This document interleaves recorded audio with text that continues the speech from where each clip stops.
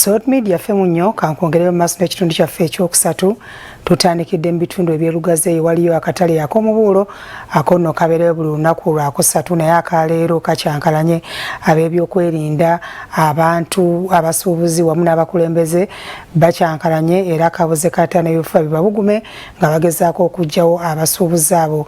Abasuubuzi bagamba nti embeera baali bakolera mu nnungi nga tebannaba kukyusa bukulembeze naye okuva lwe baabukyusa embeera yayongera okutabanguka. Beebuuza ki kye banazzaako kubanga nabo baba bazze kukola kunoonya kigula mmere gye balya. Wabaddewo vaawo mpitewo mu katale k'omubuulo akakinyola akasangibwa mu Lugazi Central Division mu kibuga ekyerugazi mu district ey'Ebuyikwe. Abakwasisa amateeka okuli poliisi wamu ate n'amagye bwe bazinzeeko abatembeeyi ababadde mu kifo kino.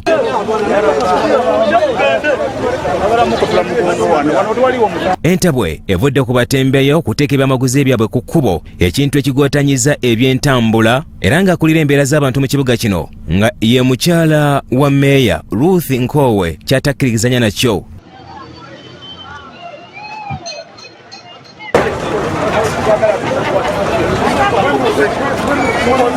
Abakuumaddembe nabo ababadde babagalidde emmundu bazinzeeko akatale kano ne batandika okuyola emmali y'abasuubuzi. Gerard Mukulu nga ye ssentebe w'ekibiina ekitaba abatembeeyi bano nga beegatte mu kibiina kyabwe Lugazi Vendors Market Association bakukulumidde abakulembeze ab'enjawulo olw'obutafaayo okubayamba ku nsonga eno. Tulemesa okukola ffe bamaama ffe bataata tulina okuweerera abaana baffe batuyambe tutandike okukola olunaku olumu weluti tetulemesa kukola olunaku.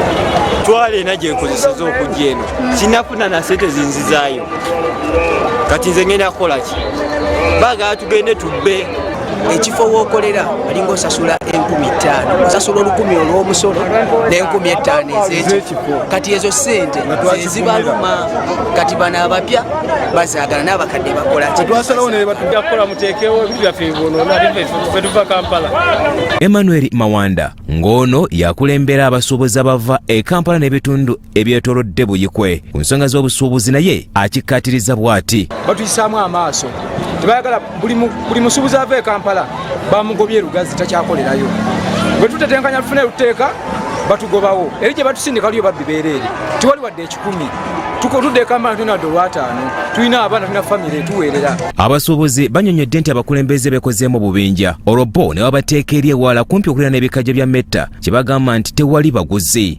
Kati nakola losi obutale busatu nakakola losi ya $1.5 nga ndeeta abasuubuzi tebalina ebakolera bo bawooza akatale bakagazetinga nga kano tuli bagezetingira nga abantu 200,000 essaawa zino tuli abantu 500,000. Kitegeera nyimiridde okulwa abasuubuzi banga b'e Kampala njagala tuyambibwe ebintu byaffe babiwamba tebidda tugenda birondoola tetubirabako bibeera ludda babiteekawa. Tuli mu kunyigirizibwa ekitenkanika abasuubuzi bonna bagobeddwa bakyayisa gavumenti yaffe eno n'olwekyo tusaba mutuyambe muyingire mu nsonga eno. Gavumenti mutuyambe, President tuyambe oyingire mu nsonga eno ne Honorable Minister Dana Mutasingwa. Honorable Minister bw'abanga akyebase tusaba Prime Minister maama. Ye Town Clerk Katunda Muhuro bw'atuukiriddwa mu yafisi yaganye okubaako ne kyayogera n'ategeeza nga nate bakyalinda abakulu bannyonnyole nga bwe bayatambudde. Akatale kano kabeera buli lwakusatu mu wiiki era nga kakuŋŋanya abasuubuzi abasoba mu 5,000 okuva mu bitundu ebitali bimu gamba nga Mukono, Kampala, Wakiso, Jinja n'ebitundu ebirala. Bya Eric Yiga, Salt TV, Omunnyo.